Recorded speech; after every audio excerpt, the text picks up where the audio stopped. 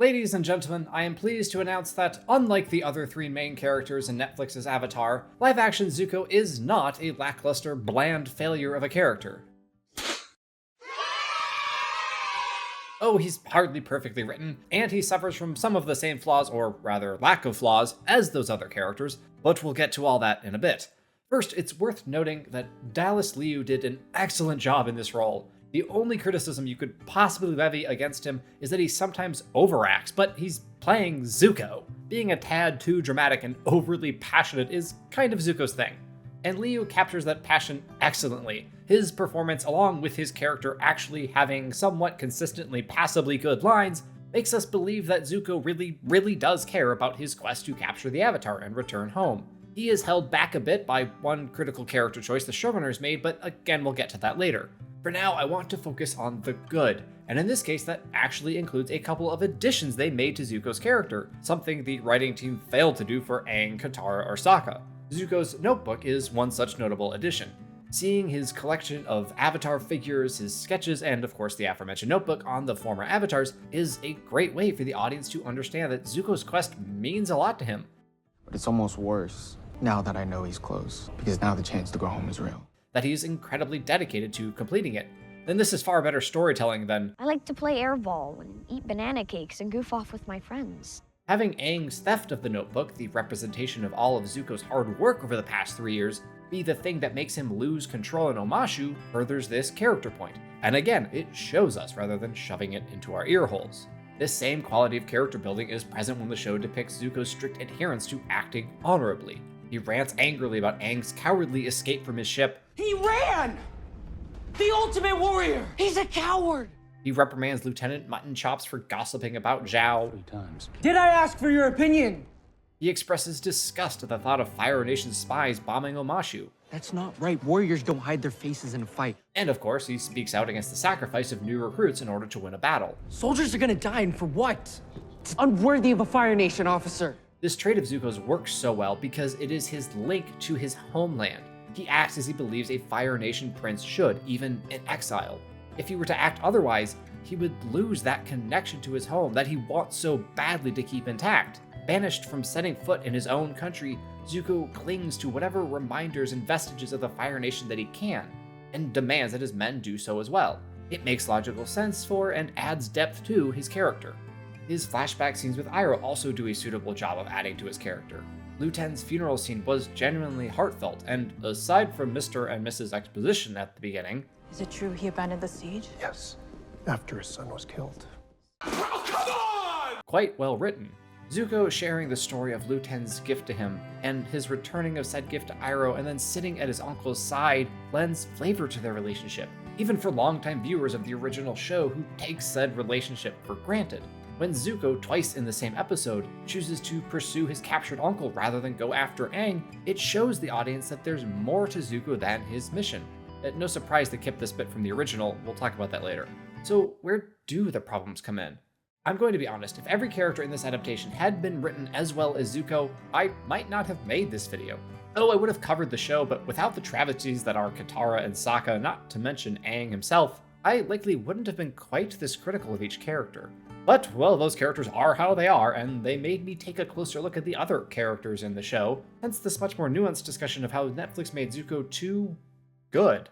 A discussion of a character like Netflix Zuko requires nuance and careful thought, so I think it's appropriate that the sponsor of this video is Ground News. If you don't already know, Ground News is a website and app that shows you the bias behind news stories, breaking down the topics you care about by political bias, factuality, and ownership behind each reporting source. It helps you decipher the maze of partiality and slant inherent in modern news media and form a more well-rounded, well-informed opinion of any given topic.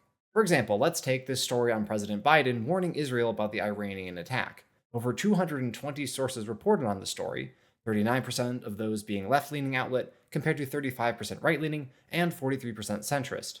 Notably, only 13% of reported sources are independent ones, those free of government or corporate interests. If you scroll down, you can see every article about this story and compare the headlines. You'll note that most left-leaning sources included Biden's one-word message of "don't" in their headlines, whereas those on the right tended to omit it, as one side of the aisle might be keener on highlighting the president as strong and effective than is the other. And one of my favorite features of Ground News is the blind spot feed, which shows you stories mostly or entirely neglected by left or right, letting you explore topics that you might not find if you, like most of us, have found your corner on the internet to be something of an echo chamber. Go to ground.news/mastersamwise to give it a try. If you sign up through my link, you get 40% off the Vantage plan, which is what I use to get unlimited access to all the features. Ground News has changed how I read the news, and has helped me gain a better understanding of the complexity and nuance of different issues without feeling defeated by the emotionally manipulative nature of modern media. I hope you'll check them out and take advantage of this amazing offer. Again, that's ground.news/mastersamwise for 40% off. Thank you so much to Ground News for sponsoring, and now, back to Zuko. That is to say, while it's less notable in Zuko's character writing, he is, after all, an antagonist, his live-action version still suffers from the same fault in character development that plagued the members of Netflix Team Avatar. He doesn't have enough of it. He doesn't have the potential for enough of it. Specifically, he doesn't have the flaws that were apparent in the original Zuko, at least not to nearly the same level. This is a trend throughout the show, as I just mentioned. Sokka isn't sexist, prideful, or arrogant on Kyoshi Island. Katara doesn't have to overcome her insecurity that forms when Aang shows her up at waterbending. Aang himself didn't actually run away from being the Avatar, he just went out for a flight to clear his head, so there's not really much guilt to contend with there. Just needs to go where things always make more sense. There seems to be this weird idea in the showrunners' or writers' heads that we can't have good people doing bad things, or even things that are just not ideal. Obviously with Zuko, they couldn't avoid that entirely. Him chasing after Aang is, shall we say, rather important to the show's plot throughout the first 2 books. It would be rather difficult to adapt Avatar: The Last Airbender without said airbender being hunted by an angry young prince. So what was Netflix to do? Well, first off, they wanted to let us know that this absolutely is the Zuko that you know and love. We promise. Enough games. Burn the whole place to the ground. Yeah, okay, that's Zuko, willing to do whatever it takes to reach his goal, no matter who gets hurt. But wait, how exactly does that work with Zuko's sense of honor? If he doesn't approve of spies, surely he wouldn't approve of wanton burning of civilian villages, no? But see, we haven't fully established that character trait of his yet, and we need to show the fans of the original show that we know what they want to see out of Zuko. We'll shape him as we desire later. Surely they won't notice. Again, this bait and switch is a trend. In this same scene, Katara gives an emotional speech about the importance of hope, and Sokka bravely steps out to face down the Fire Nation, putting himself between his people and the oncoming danger. And then those character traits of theirs aren't really built on throughout the rest of the show, and in Sokka's case, they are actively destroyed. As soon as this scene ends, Zuko's fanatical, reckless, foolhardy passion for finding the Avatar will fade into the background, hardly ever to be seen again, with the focus shifted to his sense of propriety when it comes to being Fire Nation. If Netflix wanted to play up Zuko's sense of honor and adherence to a strict code of conduct, they should have established that right away. His duel with Sokka should not have been about glory. We overpower them. It's no contest. Well, where's the glory in that? But rather about acknowledging Sokka's position and accepting an honorable duel. And of course, he couldn't very well order the arson of an entire village. Unless, of course, the hunt for the Avatar is the one thing that can make him break from his honorable ways. That having the last airbender just out of reach is enough to make him discard his code in order to get what he wants. That's an intriguing idea, having Zuko struggle with his goal being unattainable unless he uses means that are abhorrent to him, but it's not really explored in this show. Zuko seems just fine with sneaking about in Omashu, he just despises the idea of Fire Nation spies bombing buildings. The only other time it really comes up is when they hire June. She's a mercenary. Her loyalty is bought and sold. How can you trust someone like that? And Zuko's objections are really more practical than they are ethical. Also, Iroh's counter-argument is really quite bad. If she fails, she doesn't get paid, and she doesn't eat. I mean, yeah, Iroh, that's how mercenaries work. If the Avatar just paid her more, she'd piss right off and you'd never see her again. Also, if he doesn't trust June, why doesn't he just go with her? Yeah, she captures Aang within Fire Nation borders, but he didn't know that's what was going to happen. Between this scene and the one where they meet up with June and the captured Aang, we just have 2 brief scenes of Zuko on his ship. He doesn't do anything meaningful in the meanwhile. If he cares so much about finding the Avatar and he doesn't trust the mercenary, he really should be with her the whole time. So why isn't he? Well, because the script needed him to be back on his ship so he could yell at Lieutenant Muttonchop some more. Which honestly is quite deserved since the man is disobeying orders. I mean, you can't really blame the guy for not wanting to refuse Zhao's orders, but you also can't exactly fault Zuko for being mad that Zhao took over command of his ship either. And all of this leads to Iroh eventually telling Lieutenant Muttonchops about Zuko's past and how he came to be banished. It's worth noting that the flashbacks and Iroh's retelling of them are the only parts of the original episode The Storm that this show keeps, which is, to say the least, unfortunate. Why? Well, in the original, The Storm focused on how the pasts of Zuko and Aang have shaped who they are now, and how they will have to reckon with their past actions in order to grow. Aang has to face down the reality that he fled from the responsibility of being the Avatar, that he ran away from his home and everyone he had ever loved, leaving them to be massacred by Sozin and his troops.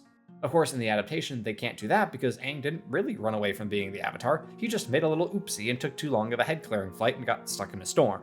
Zuko has to reconcile his duty to the men aboard his ship with his assumed destiny to capture the Avatar, with the mission that has consumed him for the past 3 years. He starts out the episode willing to sail through a violent storm if it means closing the gap between him and Aang, and telling Iroh the safety of the crew doesn't matter, when some concern is expressed as to the wisdom of his plan. This is not an isolated incident for Zuko. When the Avatar is in view, he tends to charge in headfirst with no regard for the potential fallout should things go sideways. Just a few episodes earlier, he forced the crew to sail through the Fire Nation blockade, an event that is noticeably absent in the adaptation. We'll get to the crew in a minute, but first let's cover the main issue here. Netflix Zuko isn't nearly as rash and reckless as is his animated counterpart. In this, he is much like his fellow adapted characters, his chief vices stripped away, leaving him with far less character growth to accomplish. Live-action Zuko doesn't challenge Zhao to an Agni Kai, doesn't run a blockade and violate his banishment by entering Fire Nation waters. He doesn't attempt to sail through a massive thunderstorm in pursuit of the Avatar. He doesn't capture Aang at the North Pole with no plan as to what to do next. Those are all incredibly important moments for Zuko's character, as they showed the audience just how badly he wanted to return home with honor, how he was willing to foolhardily risk everything time and time again for the smallest hope that he would accomplish his goal. The only risky decision they kept was his invasion of Zhao's fortress as the Blue Spirit, which is good. They kept the 100% crucial moments, the bones of Zuko's unyielding desire to capture the Avatar, but they left out a good many other moments that fleshed out that desire and gave it life. Honestly, that's a great metaphor for this show as a whole. It has the bones of the original, and it assembles them more or less correctly, but a skeleton is by nature lifeless. I just don't know how you do Zuko's arc without him having that level of fanatical devotion to his mission. These moments are the setup for the emotional payoff in Ba Sing Se, as he chooses to leave behind the quest he believed to be his destiny, a decision that we see wreak havoc on his mind and body, and one that, when reversed and destroyed, still leaves behind a seed that will eventually blossom, as Zuko chooses to finally leave behind his home and father. All that to say, Netflix Zuko does work as a character. He has a sensible arc that logically follows the events we see him experience, but he's just less than he was before. Without his major flaws, impulsiveness, rashness, single-mindedness, foolhardiness, etc., the redemption of Netflix Zuko simply won't be as impactful as it could and should be. This is especially true due to the overarching change that Netflix made to Zuko. They wrote him as far less bad, less of a villain. This was accomplished in 3 ways. First, in how, as just described, Zuko's major vices are largely missing in the adaptation. Second, by severely downplaying or removing Zuko's villainous actions and conflict with Team Avatar. After the initial encounter between Zuko and Sokka and Aang, Netflix pulls the rug out from that storyline almost entirely. Kyoshi Island, where Zuko burned down half the town in pursuit of Aang, Zhao does that now. Though Zuko does go after Katara pretty hard, but that's really just so she can show him up at the North Pole and we can see what an amazing waterbender she is now. It also shows that Netflix seemed to want to elevate Zhao as the primary antagonist to Team Avatar instead of Zuko, which just was not a good choice because they did a very poor job with Zhao, but I'm not getting into that now. We miss out on Zuko beating up Sokka and Suki too, lessening the emotional impact should they face off again in the future. Zuko does not shoot any hot stinkers at Team Avatar prior to running the blockade because that whole sequence doesn't exist. Zuko doesn't capture Katara in the waterbending scroll because that episode was axed. Zuko doesn't join June on her hunt and thus doesn't attack the Perfumer's Village, which also isn't a thing. Team Avatar, or one of its members anyway, meets him a grand total of 4 times in the adaptation by my count. They have their initial encounter when he captures Aang, he and Katara briefly duel on Kyoshi Island, they all run into him in Omashu, a fight scene I generally liked because it was actually creative, and then he meets Katara and Aang at the North Pole. Oh, and while we're talking about the North Pole, Zuko has literally no effect on how all of that plays out. He's just there for Katara to display how she's her own master now. He doesn't even make it into the room where Aang is meditating. Oh, and I guess encounter number 5, he rescues Aang as the Blue Spirit. With the exception of that time in the first episodes, all those events are just so much less impactful than were their conflicts in the original, so much less important to the story and the characters. I mean, Sokka literally sees Zuko twice in the whole season. This guy? Again? In the original, Zuko was a constant thorn in the gang's side, all of their sides, persistently popping up again and again, making their lives difficult and interfering with their plans on numerous occasions. That made him feel like an actual villain. It's hard to paint someone as an antagonist if they just don't do much antagonizing. And I think that was the intent here. The final method of making Zuko not so villainous was accomplished by Netflix painting Zuko as a good and honorable young man You've always believed there is a right and a wrong way of doing things. who is not at fault for his deplorable actions because he is a victim of his father's cruelty and malice. But wait, isn't that just how Zuko was in the original? Well, yes, but not to the level that Netflix lays out. I think this point is best made by analyzing the one change to Zuko's story that seemed to garner near universal praise among fans of the original, but is a change that I maintain significantly weakens his character arc by framing him in an undeservedly positive light. That change is, of course, the adaptation having the 41st Division, the ones who were going to be given as a sacrificial offering in order to win a battle against the Earthbenders, be the crew of Zuko's ship. I have a few problems with that. First, the 41st Division is an army division. Why would they be assigned to sail a navy ship? And even if Ozai was just like, figure it out, guys, you'd think that would have sparked some questions about what in the name of Sozin's comment is going on here and why this is happening, leading to that reveal much, much earlier than 3 years into their journey. I haven't had a ton of problems with the logical consistency of this show's narratives, but seriously, come on. You can't just throw soldiers on a boat like every military role is interchangeable. Second, why does Ozai give Zuko the 41st? Oh, I know he says a reason. And since you're so concerned with the 41st Division, take them with you.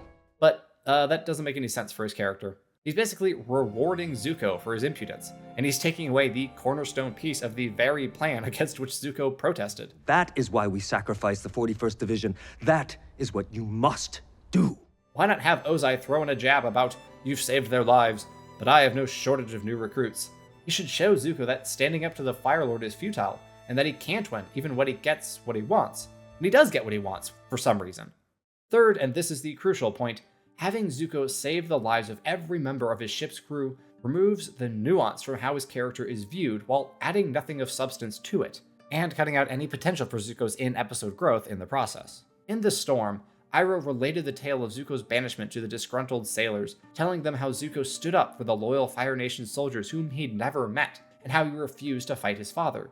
This led to the crew understanding how Zuko, the boy who just that day said, the safety of the crew doesn't matter, did in fact care for the lives of men like them, but that such compassion was the very thing that got him banished. It adds depth and nuance to how they view him, letting them consider him as a more complex person than they initially thought. In the adaptation, it's just, he saved your lives, so you should be grateful. And you're all alive because of my nephew's sacrifice. And then they all love him. This change doesn't alter Zuko's character. Instead, it changes how he is perceived by those around him, and thus by the audience. Rather than Iroh letting the crew ponder the depth of Zuko's character now that they know more about why he acts the way he does, he essentially tells them they all owe Zuko a big one, so they better shape up. It's just so much less nuanced and interesting. It gives the show's characters and us less to ponder about Zuko. It basically just tells us he's a good person, even while changing nothing about his character. The only character who's actually different in this version of the story is Ozai, and that change doesn't make a whole lot of sense, as we just talked about. In summary, the original showed us how Zuko had to set aside the thing he wants most in the world for the sake of his men, but the adaptation never gives him that opportunity to grow, because he has apparently always cared about them and never lost that sentiment. This change, along with Netflix never having Zuko endanger his crew, seriously reduces the amount of character work done on Zuko. I'm sure a lot of you will disagree with me on this one. I'm curious to see what you think. If you liked this change, please let me know why. I failed to see what it added to the story other than framing Zuko as a better person because he saved the 41st lives, even though he is, morally speaking, as far as this particular story beat goes, exactly the same as in the animated show. By itself, this change isn't all that noticeable to be fair, but it's part and parcel of the tonal shift taken by Netflix's writing team, as they did all they could within the bounds of the existing story to tell us that Zuko isn't actually a bad person. Now, Zuko was never truly unequivocally evil in the manner of Ozai or Azula, to be sure. If Azula came to join Team Avatar, that would be an even more remarkable redemption arc. Zuko always was more complex, more honorable, much closer to redemption, But Netflix's decision to play up his victimhood really weakened his eventual redemption, because there's just not that much that needs to be redeemed. What do I mean by that? So there is, from my purview anyway, this common sentiment in today's culture that if you are a victim, you aren't at all culpable for your wrongdoings. It's not your fault, it's your dad's. So I suppose you could probably just say the same thing for Ozai, right? Whatever. They really emphasize this in the war room scene, where Zuko is specifically invited, instead of practically forcing his way in, asked to give his opinion, which is then coldly rebuffed. Didn't you hear the general? They're protected by cliffs on one side. Is openly mocked. Little boys should know better than to play at war. And of course is ultimately forced into an Agni Kai. Netflix has Ozai and the general really pick on Zuko, embarrass him, because the audience is supposed to feel bad for Zuko. And if you feel bad for someone, how can you fault them when they go off the rails a little?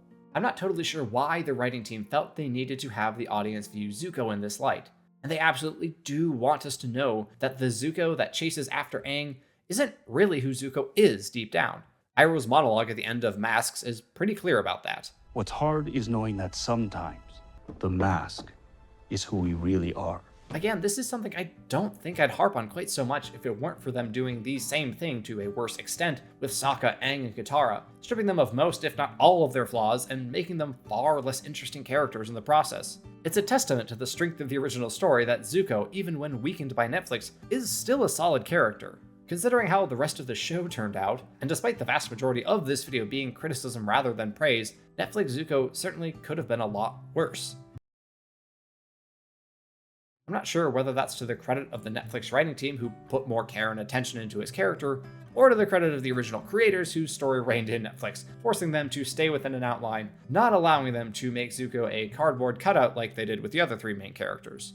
There are a couple of other minor issues I wanted to highlight that didn't really fit into the rest of this discussion, so I'll do that now. First, when Zuko and Iroh show up on Zhao's ship, the commander tells them to come back in the morning for the information they want, so they do, and lo and behold, Zhao is gone. When Zuko wonders aloud what just happened, a very helpful passerby chimes in. Zhao, he heard something about a flying cow near Kyoshi Island, so he set sail at dawn. When someone critiques a plot point as contrived, this is what they mean, or at least what they should mean. This random dude has absolutely no reason to know A, where Zhao went, and B, why he went there, especially considering the fact that Zhao snuck away at dawn intent on capturing the Avatar as his own prize. But apparently he knows both those things and is willing, unprompted, to share them because Zuko needs to get to Kyoshi Island.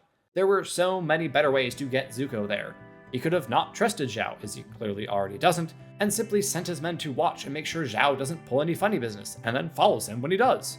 This moment was so absurdly contrived, but it didn't remotely have to be. It was literally just the easiest and laziest answer to the question, how do we get Zuko to know that Aang is on Kyoshi Island?